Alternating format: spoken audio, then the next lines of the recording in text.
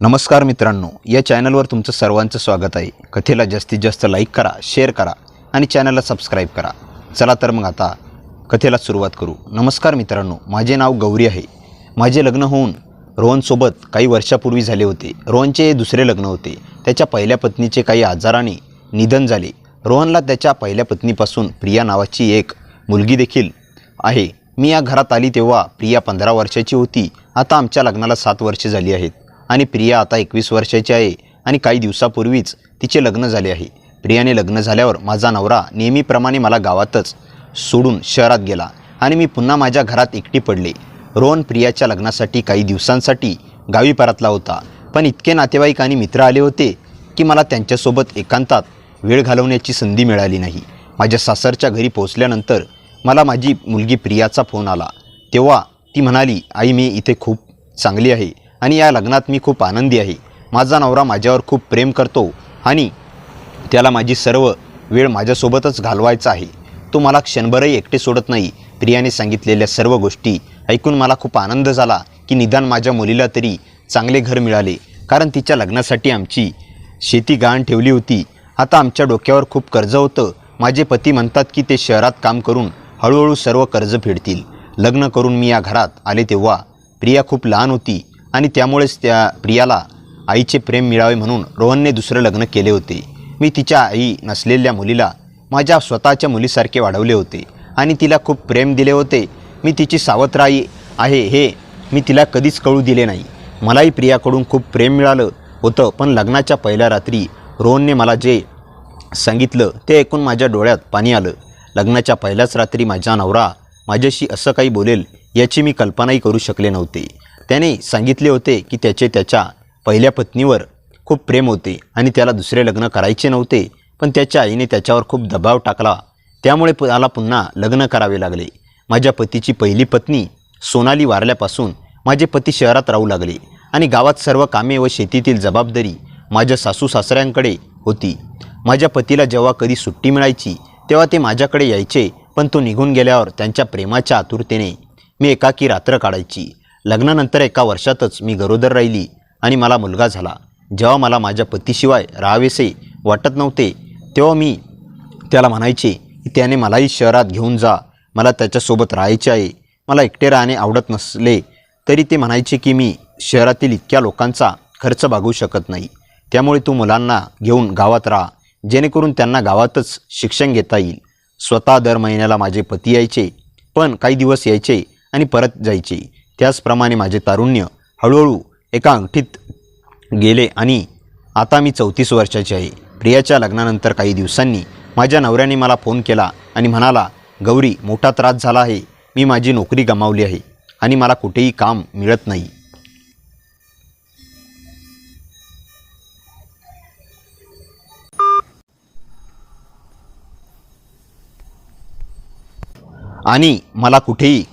नाही। मग मी त्याला म्हणाले, तुम्ही गावी या आणि शेती सांभाळा। तेव्हा माझा नवरा म्हणाला, गौरी आपल्यावर खूप कर्ज आहे, मी शहरात काम केले नाही तर हे कर्ज कसे फेडणार आणि मग ते शेत हाताबाहेर जाईल। मी म्हणाले, आता प्रियाचे लग्न झाले आहे, मी पण शहरात येऊन तुझ्या कामात मदत करू शकते। नाही, शहरातील लोकांना मोलकरणीची खूप गरज आहे आणि मी स्वयंपाक आणि भांडी धुण्याचे काम खूप चांगले करते। माझे पती थोडा वेळ विचार करून म्हणाले, ठीक आहे, तुम्ही ही सर्व कामे करायला हरकत नसेल तर, कारण आता आपल्याकडे दुसरा पर्याय नाही। आपल्याला शेत वाचवायचे आहे। माझ्या मुलाला माझ्या सासूंकडे सोडून मी शहरात निघाले। पैशाची गरज पाहून सासऱ्यांनी मला शहरात जाण्याची परवानगी दिली। खूप वर्षांनी माझ्या मनाची इच्छा पूर्ण होईल असे वाटले। अनेक वर्षापासून मी माझ्या पतीच्या प्रेमासाठी तळमळत होती आणि आता मला ते प्रेम मिळणार होते। जेव्हा मी माझ्या पतीकडे पोहोचले तेव्हा माझे पती मला पाहून खूप आनंदित झाले। मला माहीत आहे की तो पण एक रात्र एकटाच घालवतो। शहरात आल्यावर काही दिवसातच मला 2 घरांचे काम मिळाले। मला वाटले की जर मला आणखी काही घरगुती काम मिळाले तर मी चांगले पैसे कमवू शकेन। खेड्यातील लोकांपेक्षा शहरातील लोक चांगले वेतन देतात। एक रात्री काम संपवून मी माझ्या पतीशी बोलत होते, मग बाहेर पाऊस सुरू झाला। मुसळधार पाऊस पडत होता आणि थांबण्याची चिन्ह दिसत नव्हती। रात्री 11च्या सुमारास कुणीतरी आमच्या घराचा दरवाजा ठोठावला। एवढ्या रात्री कोण आले असा नवऱ्याला प्रश्न पडला। माझ्या नवऱ्याने उठून दार उघडले तेव्हा त्यांनी दिसले की बाहेर 4-5 धाडधाकट तरुण उभे होते. त्यांचे वय 35 ते 40 वर्षाच्या दरम्यान असेल. माझे पती त्यांच्याशी बोलू लागले. तेव्हा मी माझ्या बेडरूममध्ये आले. ही माणसे कोण आहेत आणि आमच्या घरी कशी का आली आहे या विचारात मी हरून गेली होती. काही वेळाने माझे पती देखील खोलीत आले आणि म्हणाले की बाहेरून 4 प्रवासी आले आहे जे पावसामुळे अडकले आहे. ते एका रात्रीसाठी आपल्या घरी आसरा मागत होते. त्यामुळे मला त्यांची क्यू आली आणि त्यांना सांगितले की आमच्या घरात एकच गेस्ट रूम आहे, त्यामुळे तुम्ही चौघांनी तिथेच राहावे लागेल. माझ्या कानावर विश्वास बसत नव्हता की माझा नवरा 4 अनोळखी लोकांना कसे घरात राहू देईल. तो खरंच खूप साधा आहे आणि लोकांवर पटकन विश्वास ठेवतो. पण पावसामुळे या लोकांना खरोखरच असे कारणे भाग पडले असेल. असो, आमच्या घरात एवढी मौल्यवान वस्तू काही नाही की ते चोरायला आले असावे. माझे पती मला म्हणाले, या लोकांना खूप भूक लागली आहे, तू त्यांच्यासाठी जेवण बनवशील का? दिवसभर घरातील सर्व कामं करून मी खूप थकले होते, पण तरीही माझ्या पतीच्या सांगण्यानुसार मी स्वयंपाकघरात जाऊन स्वयंपाक करून लागले. मी अन्न शिजवून त्यांना द्यायला आले तेव्हा ते चौघे माझ्याकडे विचित्र नजरेने बघत असल्याचे मला दिसले. मी यावेळी लाल रंगाची मॅक्सी घातली होती ज्यामध्ये माझे शरीर स्पष्ट दिसत होते. मला त्या लोकांकडे पाहताना खूप विचित्र वाटत होते, कारण ते माझ्याकडे ज्या नजरेने पाहत होते तसे कोणीही माझ्याकडे पाहिले नव्हते. माझा नवरा मला त्याची बायको मानत होता, पण तो त्याच्या पहिल्या बायकोवर खूप प्रेम करत होता. त्याच्या पहिल्या पत्नीचे नाव सोनाली होते. ती रोहनची बालपणीची आवडती होती. रोहन आणि सोनाली एकत्र वाढले. एकत्र राहत असताना ते दोघे प्रेमात पडले. संपूर्ण गावाला याची माहिती होती, कारण ते अनेकदा दोघं शेतामध्ये फिरत असत. पण हळूहळू सोनाली तरुण होत गेल्याने तिच्या वडिलांनी तिला रोहनपासून भेटू दिले नाही. ते म्हणायचे, आता तू तरुण झाली आहेस, तू अशा रोहन बरोबर राहिलीस तर तुझं लग्न कोण करणार? पण काही दिवसांनी जेव्हा रोहन आणि त्याचे कुटुंब सोनालीच्या घरी नाती घेऊन गेले तेव्हा सगळ्यांनी होकार दिला आणि दोघांनी लग्न केले. एका वर्षानंतर दोघांना मुलगी झाली. मात्र काही महिन्यांनी सोनाली आजारी पडली आणि तिचा मृत्यू झाला. माझा नवरा तिच्याशी मृत्यूशी सहमत होऊ शकला नाही. तो मला सांगायचा की मी तुला बायकोचा हक्क देईल, पण तुझ्यावर प्रेम कधीच करू शकणार नाही. फक्त मूल वाढवण्यासाठी माझे आयुष्य उद्ध्वस्त केल्याबद्दल मला कधीकधी माझ्या पतीवर खूप राग यायचा. शेवटी मी एक स्त्री आहे, मला पण प्रेमाची गरज आहे. मलाही माझ्यावर मनापासून प्रेम करणारा माणूस हवा आहे. माझे पती मला फक्त जबाबदारी समजतात, पण आज पहिल्यांदा एक माणूस माझ्याकडे असा बघत होता. तेही एक नाही तर 4. मनात विचित्र विचार येऊ लागले. जेवण देताच मी माझ्या खोलीत आले. मी माझ्या खोलीतून डोकावून पाहिलं तर त्यांनी दारूची बाटली बाहेर काढल्याचे दिसले. दारू खूप महाग होती, त्यामुळे माझे पतीही आनंदाने पिऊ लागले. माझे पती खूप दिवसांनी खोलीत झोपायला आले तेव्हा नशेमुळे त्यांचे पूर्ण भान हरपले होते. मी त्यांना कसे तरी पलंगावर आडवे केले. मी घाबरून माझ्या खोलीत बाहेर आले आणि त्या चौघांना सांगितले की मी तुमच्या सर्वांसाठी आतल्या खोलीत व्यवस्था केली आहे. ते चौघेही माझ्याकडे विचित्र नजरेने बघत होते, कारण तेही नशिबातच होते. मी पटकन माझ्या खोलीत आले आणि बेडरूमचा दरवाजा बंद केला. मग मी पण झोपायचा प्रयत्न करू लागले. मी खूप थकली होती, त्यामुळे मी पण झोपले. पण मध्यरात्री बाजूच्या खोलीतून जोराचा आवाज येऊ लागला. मी घाबरून उठले, पण माझ्या नवऱ्याचे लक्षातही आलं नाही आणि तो गाढ झोपेत राहिला. मला त्याला उठवासं वाटलं, पण तो नशीब होता आणि उठणार नाही हे मला माहीत होतं. हळूहळू गोंगाटा वाढत चालला होता, त्यामुळे मला वाटले की उठून बघावे की हे लोक काय करत आहे, एवढा आवाज का करत आहे. माझा नवरा कोणावरही विश्वास ठेवू शकतो, पण मला ती माणसे योग्य वाटत नव्हती. मी सुमारे 10 ते 15 मिनिटे माझ्या पतीला अंगावर बसून राहिले, पण त्यानंतर मी हिंमत एकवटली आणि माझ्या बेडरूमचा दरवाजा आणि दुसऱ्या खोलीच्या दिशेने जाऊ लागले. तिथून आवाज येत होता. मी हळूच त्या खोलीचा दरवाजा उघडला तेव्हा खोलीत उपस्थित असलेल्या तिघांनी नजर माझ्यावर पडली. एक माणूस पटकन माझ्याजवळ आला आणि माझा हात ओढून दार बंद केले. मला खूप भीती वाटली की हे लोक माझे काही वाईट करणार आहेत. मला पाहताच तो माझ्याकडे अगदी विचित्र नजरेने पाहू लागला आणि माझ्याजवळ येऊन लागला. माझा घसा कोरडा होऊ लागला आणि मी भीतीने आवाज बंद झाला. खोलीत त्यांच्या 4थ्या साथीदारांचा मृतदेह रक्ताच्या थारोळात पडला होता. आता बाकीचे 3 लोक कदाचित मला जिवंत सोडणार नाहीत, कारण मी त्या खुनाची साक्षीदार झाले होते आणि त्या 4थ्या व्यक्तीला या तिघांनी मारले असावे. एका माणसाने मला उचलून सरळ बेडवर फेकले तेव्हा माझी मॅक्सी मांडीपर्यंत सरकली होती. आता त्या अनोळखी व्यक्तींसमोर माझे पाय दिसत होते आणि ते तिघेजण माझ्या शरीराकडे एकटक पाहत होते. मला वाटले की कदाचित हे लोक मला मारतील, पण त्यांनी तसे काही केले नाही. त्याचवेळी तिघांपैकी सर्वात धडधाकट करड्या नजरेचा माणूस माझ्यासमोर आला. त्याच्या डोळ्यात भयानक शांतता होती. त्याने माझ्या हनुवटीला हात लावून माझा चेहरा वर केला. त्याचे बोट थंडगार होते आणि तो माझ्या डोळ्यात डोळे घालून बोलू लागला. त्याचा आवाज कात्रीसारखा चिरफाडत करत होता. आता तुझ्या हातात तुझा जीव आहे. त्याने हात सोडला आणि मागे फिरून त्याच्या साथीदाराकडे पाहिले. ते दोघेही रक्ताने माखलेल्या हातांनी खोलीत स्वच्छता करायच्या तयारीत होते. करड्या नजरेचा माणूस पुन्हा माझ्याकडे वळला. यावेळी त्याच्या डोळ्यात एक विचित्र प्रकारची थंड हुशारी होती. तो माझ्या इतका जवळ आला की मला त्याचा श्वास माझ्या गालावर जाणवत होता. आता दोनच पर्याय आहे तुझ्यापुढे. पहिला तू आम्हाला साथ देशील, काही झाल्यासारखं वागशील. ही रात्र संपली की सकाळी सगळं सामान्य असेल. तुला काही झालं नसल्यासारखं दिसेल. तू जिवंत राहशील, आपल्या नवऱ्याकडे परत जाशील. आम्ही उद्या सकाळी इथून निघून जाऊ आणि तू तुझ्या आयुष्यात परत जाशील. त्याने थोडा विराम दिला. त्याच्या ओठावर भयान हास्याची रेषा उमटली. दुसरा पर्याय, तू ओरडलीस तर, आवाज काढलास, नको तिथे डोकवलंस किंवा आमच्यापैकी कोणाला विरोध केलास तर. त्याने मागे वळून कोपऱ्यात पडलेला मृतदेहाकडे बोट दाखवले. माझ्या डोळ्यासमोर अंधार पसरला. तो माणूस जणू जिवंत भिंत बनून माझ्यासमोर उभा होता. तुझी अवस्थाही तशीच होईल आणि तुझा नवऱ्याचीही तसेच पडलेला आहे. त्याला काही कळणार नाही. आम्ही दोघांनीही संपूर्ण सकाळी शांतपणे निघून जाऊ. पोलिसांना काहीच कळणार नाही. समजतील कोणीतरी चोरटे आले होते. बस आता सांग, तुझ्याकडून काय होईल. मी स्तब्ध उभे होते. माझे ओठ थरथरत होते. डोळ्यातून अश्रू वाहत होते, पण मला तो पुसायलाही जमत नव्हते. मी काहीच बोलू शकले नव्हते. माझा आवाज हरवला होता. तो माणूस थोडा मागे सरकला आणि माझ्याकडे पाहत उभा राहिला. म्हणाला, हुशारीने वाघ. जगायचं असेल तर आमचं ऐक. ही एक रात्र, फक्त एक रात्र. तू मोठी स्त्री आहेस. आता काय करायचं ते तुला ठाऊक आहे. मी काहीच बोलले नाही. मी फक्त डोळे मिटले. त्याचा अर्थ होता, होय, मी जगू इच्छिते. मी तुमचं ऐकेन. मला शब्द उच्चारायलाही ताकद नव्हती. माझे अंग कडकडत होते. मला वाटले की मी जर काही बोलले तर माझा आवाज फुटेल आणि मग ते मला मारतील. त्याने माझे मन म्हणजे संमती मानली. त्याने माझा हात सोडला आणि एका साथीदाराला इशारा केला. तो लगेच माझ्याजवळ आला. माझ्या डोळ्यातील भीती होती. मला माहीत होती की ही रात्र संपेपर्यंत मी त्याच्या इच्छेनुसार वागणार होती. माझ्या जगण्याची किंमत मला त्या रात्री कधीच चुकवायची होती. अक्षरशः त्यांनी त्यांचे पॅन्ट आणि शर्ट काढायला सुरुवात केली आणि त्यानंतर माझ्यासमोर जे काही झाले ते खूप वेदनादायक होते. कारण त्या खोलीत मी त्या तिघांचे शिकार बनले होते. त्यांनी माझे कपडे काढून जमिनीवर फेकले. मग मला पुढून मागून आणि माझ्या तोंडात तिघांनी एकूण एकाच वेळी माझ्याशी बळजबरी केली.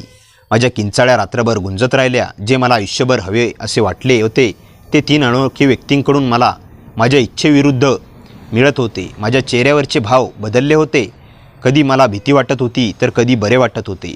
मन आणि हृदय अनियंत्रित झाले होते. कधी रडावेसे वाटायचे, कधी दुखावेसे, तर कधी स्वतःला वाचवण्यासाठी काहीतरी करावेसे वाटायचे. पण मी असाच आणि लाचार राहिले.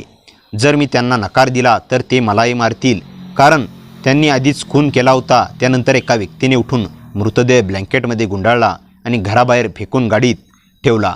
मग 2 माणसे मिळून खोली स्वच्छ करू लागले, रक्ताचे डाग काढू लागले आणि तिसरा माणूस माझ्यासोबत होता. त्याने मला त्याच्या मांडीवर बसवले होते, कारण यात लोकांनी काय गुन्हा केला आहे हे मी एकटीच साक्षीदार होते.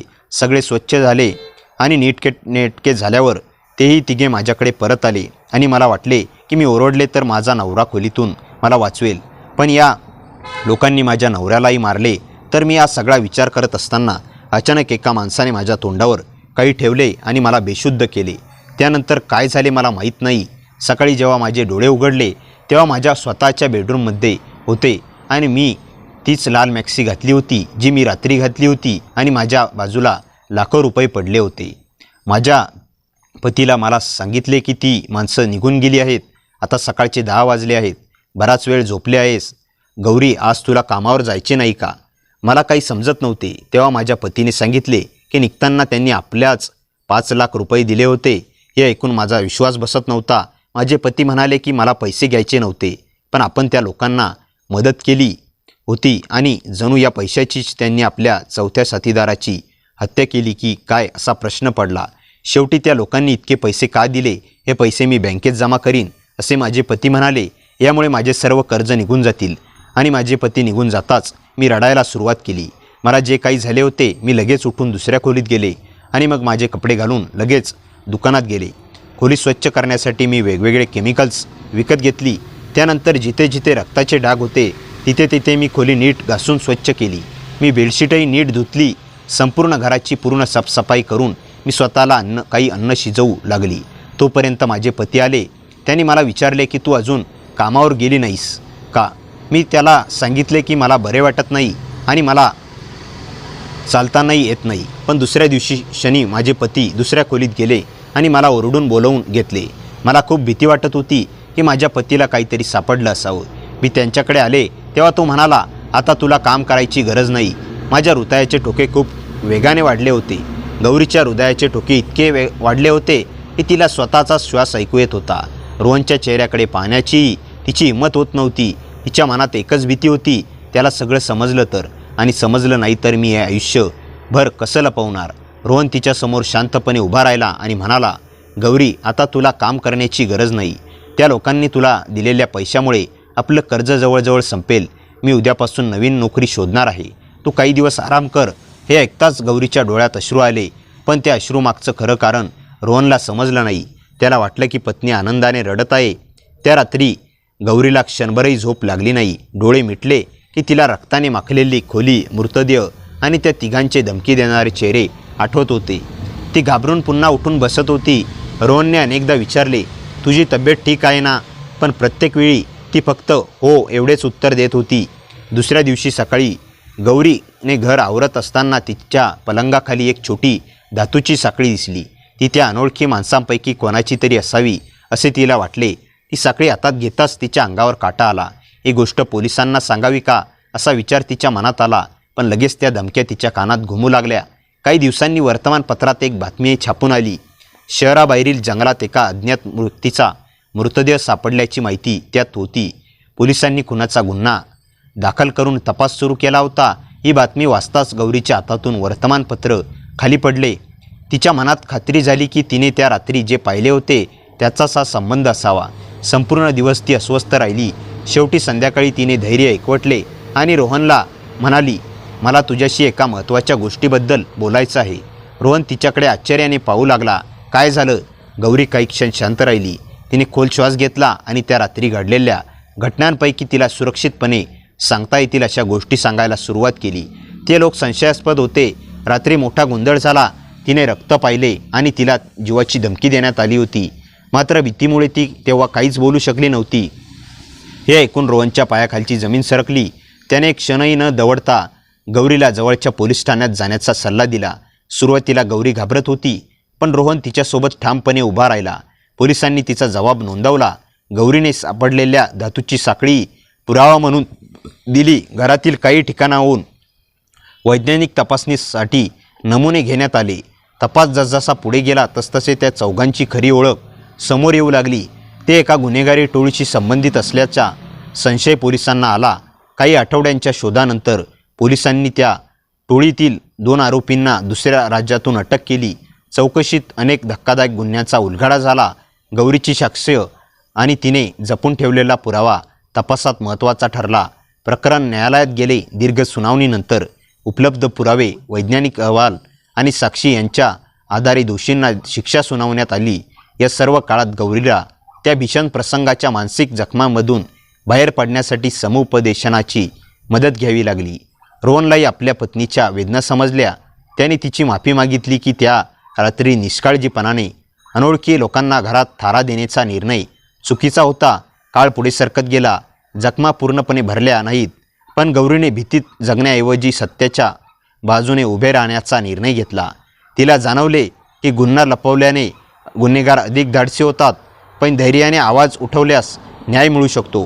तिच्या आयुष्यातील त्या काळोखाचा अध्याय कधीच विसरता येणार नव्हता.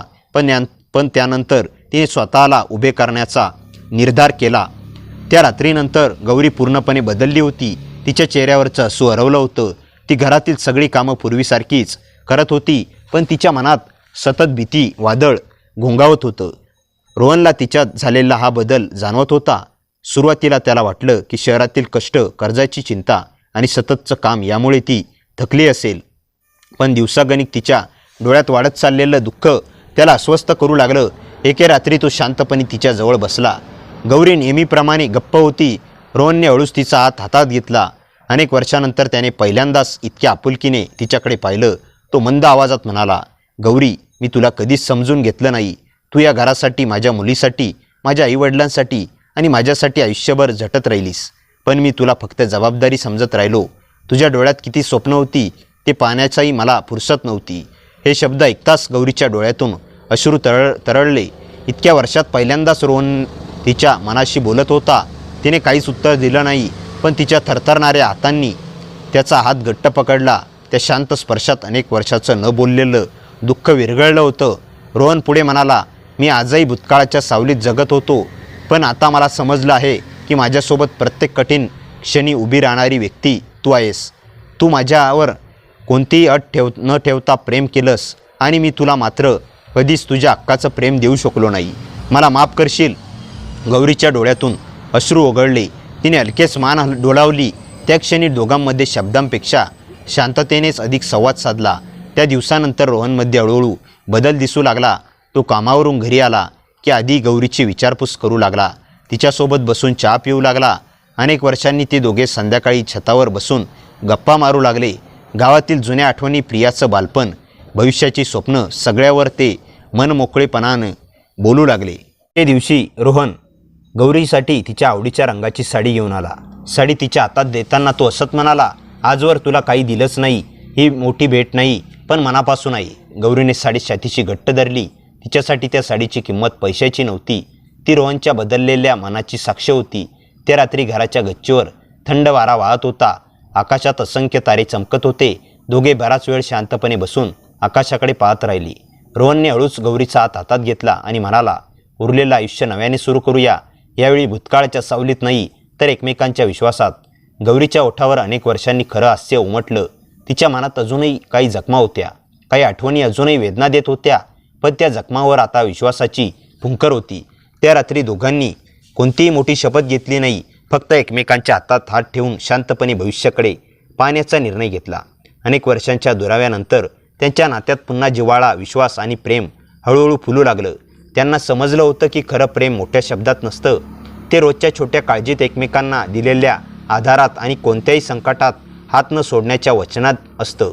काही दिवसांनी आयुष्य पुन्हा हळूहळू सुरळीत होऊ लागलं. रोहन आणि गौरी दोघेही एकमेकांना समजून घेण्याचा प्रयत्न करत होते, पण भूतकाळाची सावली अजूनही पूर्णपणे दूर झाली नव्हती. एक संध्याकाळी रोहन कामावरून घरी आला तेव्हा त्याला दाराखाली सरकवलेला एक पांढरा लिफाफा दिसला. त्यावर ना पाठवणाऱ्याचं नाव होतं, ना पत्ता. फक्त काळ्या शाईत लिहिलं होतं, भूतकाळ कधीच संपत नाही. रोहनने लिफाफा उघडला. आत एक जुना फोटो होता. त्या फोटोमध्ये अनेक वर्षापूर्वीचा एक गट उभा होता. त्यात तरुण रोहन आणि त्याची पत्नी सोनाली दिसत होती. पण त्याच्या मागे उभा असलेला एक अनोळखी माणूस पाहून रोहनचा चेहरा पटकन फिकट पडला. तो माणूस त्याने अनेक वर्षापूर्वी पाहिला होता, पण नंतर तो अचानक गायब झाला होता. गौरीने रोहनच्या हातातून फोटो घेतला. हा कोण आहे? तिने शांतपणे विचारलं. रोहन काही क्षण गप्प राहिला. मग तो म्हणाला, याचं नाव विक्रम होतं. गावात काही दिवस राहिला आणि नंतर मग अचानक नाहीसा झाला. त्याच्याबद्दल अनेक अफवा होत्या, पण सत्य कोणालाच माहीत नव्हतं. दोघांच्या मनात प्रश्न निर्माण झाले. हा फोटो आता कोण पाठवेल आणि इतक्या वर्षांनी का? दुसऱ्या दिवशी त्या रात्री पुन्हा घराबाहेर कोणाचा तरी आल्याचा आवाज आला. रोहन बाहेर धावत गेला, पण तिथे कोणीच नव्हतं. फक्त जमिनीवर एक छोटी किल्ली पडली होती. त्या किल्लीला एक जुनं पितळेचं टॅग लावलेलं होतं. त्यावर एक जुन्या गोदामाचा क्रमांक कोरलेला होता. गौरीने रोहनकडे पाहिलं. आपण तिथे जावं का? रोहन काही वेळ विचारात पडला. एकट्याने नाही, पण आधी पोलिसांना माहिती देऊ. दुसऱ्या दिवशी त्यांनी तपास अधिकाऱ्याशी संपर्क साधला. अधिकाऱ्याने सांगितलं की हे प्रकरण जुन्या गुन्हेगारी टोळीशी संबंधित असल्याची शक्यता आहे. त्यांनी दोघांनाही सावध राहण्याचा सल्ला दिला आणि पोलिसांच्या उपस्थितीत त्या गोदामाची पाहणी करण्याचा निर्णय घेतला. गोदाम अनेक वर्षापासून बंद होतं. धुळीने माखलेल्या भिंती, तुटलेल्या खिडक्या आणि अंधारलेलं कोपरे पाहून वातावरण अधिकच गूढ वाटत होतं. एका लाकडी कपाटामागे पोलिसांना लोखंडी पेटी सापडली. त्यात काही जुनी कागदपत्रं, बँक व्यवहारांची नोंद आणि काही छायाचित्र होती.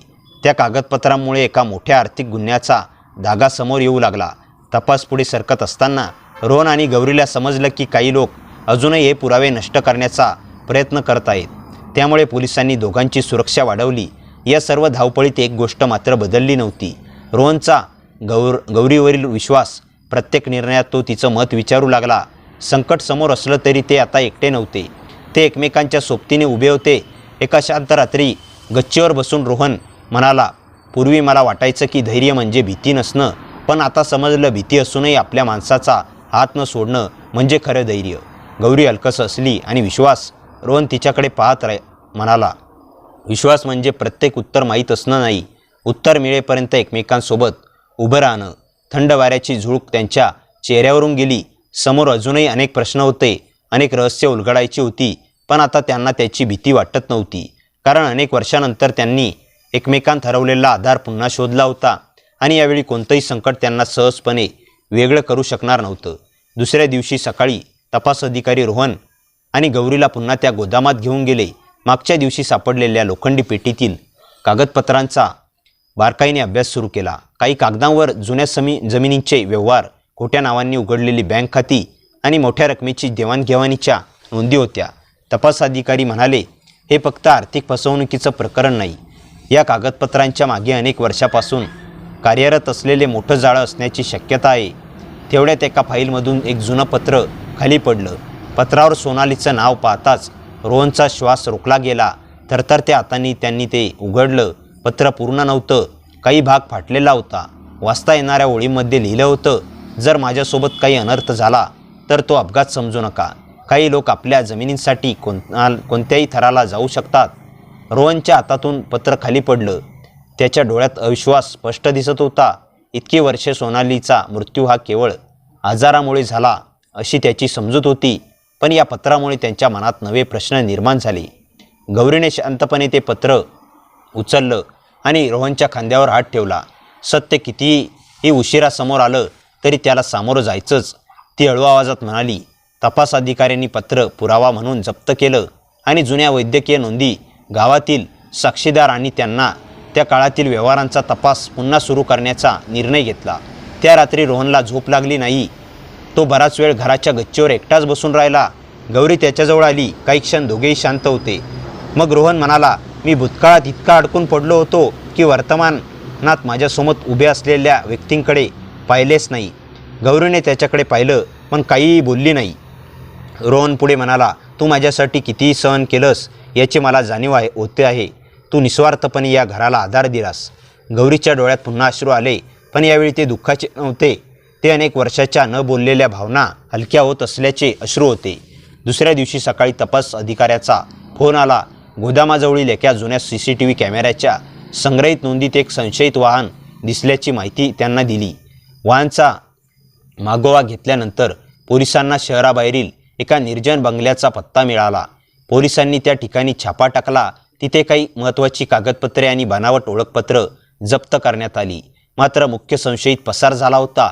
तपास अधिकाऱ्यांनी रोहनला सांगितलं, प्रकरण अजून संपलेलं नाही, पण आता आपण सत्याच्या खूप जवळ पोहोचलो आहोत. घरी परतताना रोहनने गाडी थांबवली. समोर सूर्यास्त होत होता. तो गौरीकडे वळून म्हणाला, पूर्वी मला वाटायचं की आयुष्य म्हणजे फक्त जबाबदाऱ्या, पण आता समजलं की माणसाला जगण्याची ताकद, प्रेम, विश्वास आणि साथ देतात. गौरी हलकेच असली. मग आता पुढे ती विचारत म्हणाली. रोहनने तिचा हातात घेतला. आता पुढे काहीही झालं तरी आपण एकत्र उभे राहू. सत्य कितीही कठीण असलं तरी त्यापासून पळणार नाही. त्या क्षणी त्यांच्या मनात अजूनही अनेक प्रश्न होते. सोनालीच्या पत्रामागचं संपूर्ण सत्य, गोदामातील रहस्य आणि पळून गेलेल्या संशयिताचा शोध अजून बाकी होता. पण आता ते दोघेही भीती नव्हते तर विश्वासाने पुढेचा प्रवास सुरू करण्याचा तयारीत होते. काही दिवसानंतर तपास अधिकाऱ्याने रोहन आणि गौरीला पुन्हा पोलीस ठाण्यात बोलावलं. टेबलावर अनेक फायली, छायाचित्र आणि नकाशे पसरलेले होते. अधिकाऱ्यांनी शांतपणे एक फाईल उघडली आणि म्हणाले, गोदामातून मिळालेल्या कागदपत्रांमुळे आम्हाला अनेक वर्षापूर्वीच्या जमिनीच्या व्यवहाराचा मागोवा लागला आहे. या प्रकरणात काही प्रभावशाली लोकांची नावं समोर येत आहेत. रोहन आणि गौरी एकमेकांकडे पाहू लागले. तपास अधिकारी पुढे म्हणाले, सोनालीच्या मृत्यूबद्दल काही नवीन माहिती मिळाली आहे, मात्र अंतिम निष्कर्ष काढण्याआधी आम्हाला आणखी पुरावे हवे आहेत. त्या शब्दांनी रोहनच्या मनात पुन्हा अस्वस्थता दाटून आली. घरी परतल्यावर तो बराच वेळ गप्प बसून राहिला. गौरीने त्याच्यासमोर चहा ठेवला. रोहन तिच्याकडे पाहत म्हणाला, मी आयुष्यभर एका आठवणीला धरून जगत राहिलो, पण सत्य कदाचित माझ्या कल्पनेपेक्षाही वेगळं असू शकतं. गौरी शांतपणे म्हणाली, सत्य काहीही असो, त्याला सामोरं जाण्याची हिंमत आपल्यात आहे. दुसऱ्या दिवशी सकाळी गावातून रोहनच्या जुन्या मित्राचा फोन आला. त्याने सांगितलं की गावाच्या बाहेर असलेला एक जुना वाडा अनेक वर्षापासून बंद होता, पण गेल्या काही दिवसात रात्री तिथे काही अनोळखी लोक येताना दिसत आहेत. ही माहिती मिळताच पोलिसांनी त्या ठिकाणी गुप्त नजर ठेवण्याचा निर्णय घेतला. 2 दिवस निरीक्षण केल्यानंतर रात्री उशिरा एका काळी SUV त्या वाड्यासमोर येऊन थांबली. काही माणसं मोठ्या लोखंडी पैट्या आत येताना दिसले. पोलिसांनी योग्य क्षणाची वाट पाहिली आणि अचानक छापा टाकला. आतून काही जण पळून जाण्यात यशस्वी झाले, पण 2 संशयितांना अटक करण्यात आली. वाड्यातून मोठ्या प्रमाणावर बनावट कागदपत्र, रोख रक्कम आणि जुन्या मालमत्तांच्या फसव्या नोंदी जप्त करण्यात आल्या.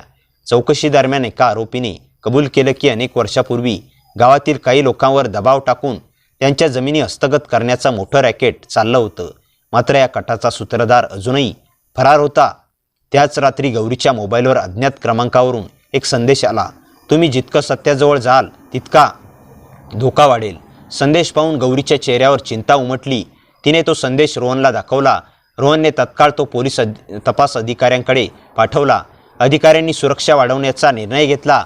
दिवस पुढे सरकत होते, पण प्रत्येक नव्या पुराव्यासोबत रहस्य आणखी गडद होत होतं. एक संध्याकाळी रोहन आणि गौरी घराच्या अंगणात बसले होते. पावसाच्या हलके सरी पडत होत्या. रोहन म्हणाला, या सगळ्या संकटात मला एक गोष्ट समजली. गौरीने त्याच्याकडे पाहिलं. तो हसत म्हणाला, विश्वास हा एका दिवसात निर्माण होत नाही, तो संकटातून एकत्र चालताना तयार होतो. गौरीच्या चेहऱ्यावर हलकसं स्मित उमटलं. ती म्हणाली, आणि आता आपण मागे वळून पाहणार नाही. तेवढ्यात घराबाहेर एका वाहनाचा आवाज आला. पोलीस अधिकाऱ्यांनी घाईघाईने आत आले. त्यांच्या हातात एक सीलबंद पाकिट होतं. त्याने ते टेबलावर ठेवलं आणि गंभीर आवाजात म्हणाले, हे पाकिट आज सकाळी एका जुन्या विहिरीजवळ सापडलं. आत काय आहे ते पाहिल्यावर या प्रकरणाची दिशा पूर्णपणे बदलू शकते. रोहनने थरथरत्या हातांनी पाकिटाकडे पाहिलं. गौरीने त्यांचा हात हलकेच धरला. दोघांनाही जाणवत होतं की त्यांच्या आयुष्यातील सर्वात मोठं रहस्य उलगडण्याची वेळ आता अगदी जवळ आली होती. दुसऱ्या दिवशी सकाळी तपास अधिकारी रोहन आणि गौरीसमोर ते सीलबंद पाकिट उघडू लागले. खोलीत शांतता पसरली होती.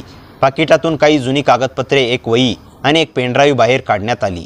वहीच्या पहिल्या पानावर एका व्यक्तीची हस्तलिखित नोंद होती. त्यात अनेक वर्षापूर्वी गावातील जमिनी बेकायदेशीरपणे ताब्यात घेण्यासाठी काही प्रभावशाली लोकांनी कट रचल्याचा उल्लेख होता. त्या कटात सहभागी असलेल्या लोकांची नावं, पैशांचे व्यवहार आणि धमक्यांची माहितीही नोंदवलेली होती. पेनड्राईव्हमधील माहिती तांत्रिक तपासणीनंतर उघडण्यात आली. त्यात काही ध्वनिमुद्रण आणि व्यवहारांचे पुरावे होते. त्या पुराव्याच्या आधारे पोलिसांनी मुख्य सूत्रधारासह उरलेल्या आरोपींना अटक केली. न्यायालयात अनेक महिने खटला चालला. वैज्ञानिक पुरावे आणि व्यवहाराच्या नोंदी आणि साक्षी यांच्या आधारे आरोपी दोषी ठरले. न्यायालयाने त्यांना कठोर शिक्षा सुनावली. अनेक वर्षापासून दडलेलं रहस्य अखेर उलगडलं. सोनालीच्या मृत्यूबाबत फिरणाऱ्या अफवांना पूर्णविराम मिळाला. तपासात तिच्या मृत्यूबाबत जाणीवपूर्वक पसरवलेल्या खोट्या गोष्टी उघड झाल्या. तर जमिनीच्या वादासाठी रचलेल्या गुन्हेगारी कटाचं खरं स्वरूप समोर आलं. सत्य बाहेर आल्यावर रोहन बराच वेळ शांत बसून राहिला. त्याच्या मनावरचं ओझं हळूहळू हलकं होत होतं. त्या संध्याकाळी तो गौरीजवळ आला आणि म्हणाला, मी आयुष्यभर भूतकाळाच्या सावलीत अडकलो होतो, पण प्रत्येक वादळात तू माझ्यासोबत उभी राहिलीस. माझ्या चुका असूनही तू हे घर, हे नातं आणि माझ्यावरचा विश्वास सोडला नाहीस. तुझं ऋण मी कधीच फेडू शकणार नाही. गौरीच्या डोळ्यात अश्रू तरळले. ती शांतपणे म्हणाली, नातं टिकवायचं असेल तर एकाने जिंकणं आणि दुसऱ्याने हरणं महत्त्वाचं नसतं. दोघांनी एकमेकांचा हात न सोडणं महत्त्वाचं असतं. रोहनने तिचा हात आपल्या हातात घेतला. अनेक वर्षानंतर त्यांच्या चेहऱ्यावर मनापासून समाधान दिसत होतं. काही महिन्यांनी त्यांनी गावात परतण्याचा निर्णय घेतला. कर्ज फेडून त्यांनी शेती पुन्हा उभी केली. गावातील लोकांच्या मदतीने त्यांनी आधुनिक शेती सुरू केली आणि त्या जमिनीवर नव्याने जीवन फुलवलं. प्रिया आणि तिचा नवरा सुट्टीही मिळाली की गावाला येऊ लागले. घरात पुन्हा आशा, गप्पा आणि आनंद परतला. एके दिवशी संध्याकाळी रोहन आणि गौरी शेताच्या बांधावर उभे राहून मावळत्या सूर्याला पाहत होते. मंद वारा वाहत होता. रोहन हसत म्हणाला, पूर्वी मला वाटायचं की आयुष्य आपल्याला फक्त दुःख देतं, पण आता समजलं, कठीण प्रसंग आपल्याला कोण खरंच आपल्यासोबत आहे हे दाखवतात. गौरी हलकसं हसली आणि खरी साथ मिळाली. की कोणतंही मोठं वादळ राहत नाही. ती म्हणाली. दोघेही काही क्षण शांत उभे राहिले. त्यांच्यासमोर पसरलेल्या हिरव्यागार शेतात नव्या पिकाची पालवी डोलत होती. जसं त्या जमिनीला पुन्हा नवं जीवन मिळालं होतं, तसंच त्यांच्या नात्यालाही विश्वास, समजूतदारपणा आणि प्रेमाच्या आधारावर नवी सुरुवात मिळाली होती. भूतकाळाच्या जखमा कायम स्मरणात राहिल्या, पण त्या जखमावर त्यांनी आशेचं, धैर्याचं आणि परस्परांच्या विश्वासाचं औषध लावलं. त्या दिवसानंतर त्यांनी ठरवलं की कोणतंही संकट आलं तरी ते एकमेकांवरचा हात कधी सोडणार नाही. त्यांच्या आयुष्याची खरी कथा इथूनच नव्याने सुरू झाली. भीतीवर धैर्याचा, गैरसमजावर विश्वासाचा आणि एकटेपणावर प्रेमाचा विजय मिळवत. मित्रांनो, कथा कशी वाटली कमेंटमध्ये नक्की सांगा आणि कथेला जास्तीत जास्त लाईक करा आणि हाईप करा आणि आपल्या मित्रमैत्रिणींमध्ये शेअर करा. आणि हो, चॅनलवर नवीन असाल तर चॅनलला सबस्क्राईब करायला विसरू नका. भेटूया पुन्हा अशाच इंटरेस्टिंग आणि धमाकेदार कथेसह. तोपर्यंत हसत राहा, खुश रहा. धन्यवाद.